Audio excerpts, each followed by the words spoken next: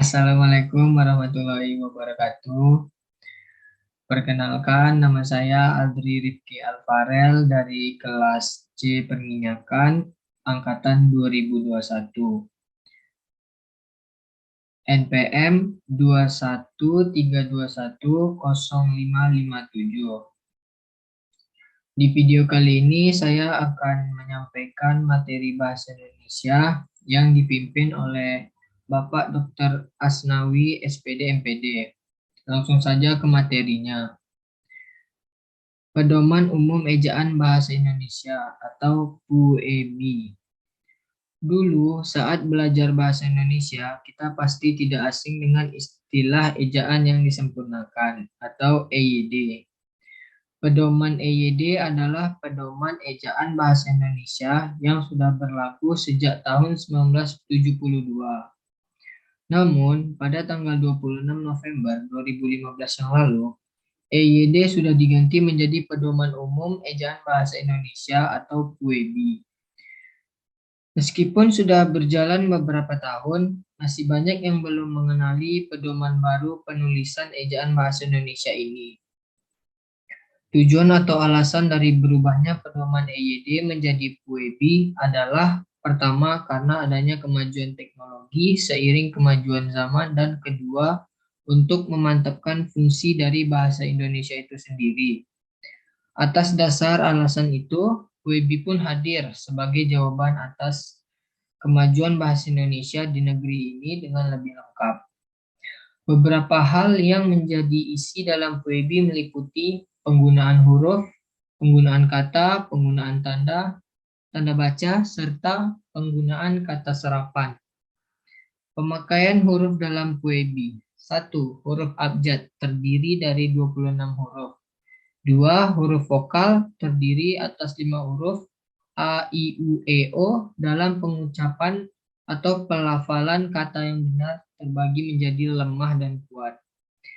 3. Huruf konsonan terdiri atas 21 huruf selain A, I, U, E, O. 4. Huruf diftong gabungan huruf vokal I, Au, E, Oi.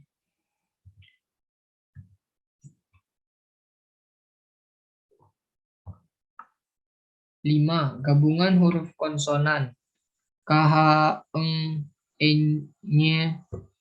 6. Huruf kapital. A. Dipakai sebagai huruf pertama awal kalimat. B. Dipakai sebagai huruf pertama unsur nama orang. C. Dipakai pada awal kalimat dalam petikan langsung. D. Dipakai sebagai huruf pertama setiap kata nama agama, kitab suci, dan Tuhan, termasuk sebutan dan kata ganti untuk Tuhan. E. Dipakai sebagai huruf pertama unsur nama gelar kehormatan, keturunan, keagamaan, atau akademik yang diikuti nama orang, termasuk gelar akademik yang mengikuti nama orang. F. Dipakai sebagai huruf pertama unsur nama gelar kehormatan, keturunan, keagamaan, profesi, serta nama jabatan dan kepangkatan yang dipakai sebagai sapaan. G. Dipakai sebagai huruf pertama nama bangsa, suku bangsa, dan bahasa. H. Dipakai sebagai huruf pertama nama tahun, bulan, hari, dan hari besar lainnya. I. Dipakai sebagai nama unsur nama peristiwa sejarah seperti Konferensi Asia Afrika. J. Dipakai sebagai huruf pertama nama geografi, Jakarta atau Bukit Barisan. K. Dipakai sebagai huruf pertama unsur singkatan nama gelar, pangkat, atau sapaan. J. Huruf miring dipakai untuk menuliskan judul buku atau nama majalah atau nama surat kabar yang dikutip dalam tulisan termasuk dalam daftar pustaka. 8. Huruf tebal dipakai untuk menegaskan bagian tulisan yang sudah ditulis miring. Penulisan kata dalam PUEB. 1. Kata dasar ditulis sebagai satu kesatuan. 2. Kata berimbuhan. Ber, mem, ke, per, an, kan. 3. Bentuk ulang. Contohnya seperti anak-anak, hati-hati, like, pauk. dan kuda-kuda. 4. Gabungan kata seperti bertepuk tangan atau garis bawahi. 5. Pemenggalan kata. A. Di tengah kata terdapat huruf vokal seperti buah, saat, dan niat. B. Huruf diftong, pandai, aula, saudara. 6. Kata depan seperti di, ke, dari. 7. Partikel seperti lah, kah, tah, apalah, apakah, dan apatah. 8. Singkatan dan akronim. Contoh, WR Supratman, Iptek, Puskesmas, dan Pemilu. 9. Angka dan bilangan. Angka Arab atau angka Romawi lazim dipakai sebagai lambang bilangan atau nomor. 10. Kata gantiku, kau, mu, dan nya. Rumah itu telah kujual, bukuku, bukumu. 11. Kata sandang, si dan sang. Surat itu dikembalikan kepada si pengirim. Pemakaian tanda baca. 1. Tanda titik. A. Dipakai pada akhir pertanyaan. B. Dipakai di belakang angka atau huruf dalam satu bagan, ikhtisar atau daftar.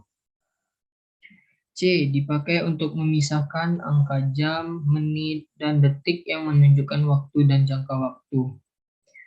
D. Dipakai untuk memisahkan bilangan ribuan atau kelipatannya yang menunjukkan jumlah.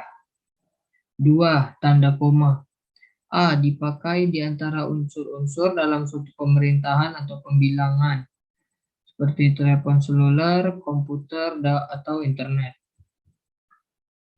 B. Dipakai sebelum kata penghubung seperti tetapi, melainkan, dan sedangkan.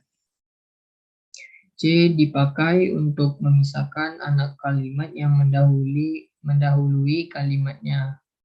Kalau diundang, saya akan datang. D. Dipakai di belakang kata atau ungkapan penghubung antar kalimat, seperti oleh karena itu, jadi, dengan demikian, sehubungan dengan itu, dan meskipun demikian. E. Dipakai sesudah atau sebelum kata seru oh, ya, wah, aduh, atau hai. 3. Tanda titik koma.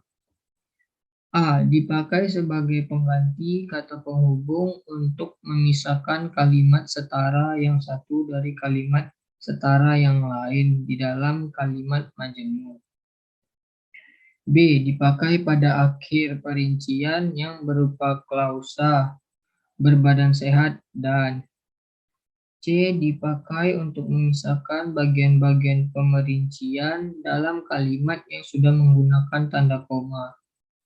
4. Tanda titik dua. A. Dipakai pada akhir suatu pernyataan lengkap yang diikuti pemerincian atau penjelasan. B. Tidak dipakai jika pemerincian atau penjelasan itu merupakan pelengkap yang mengakhiri pernyataan.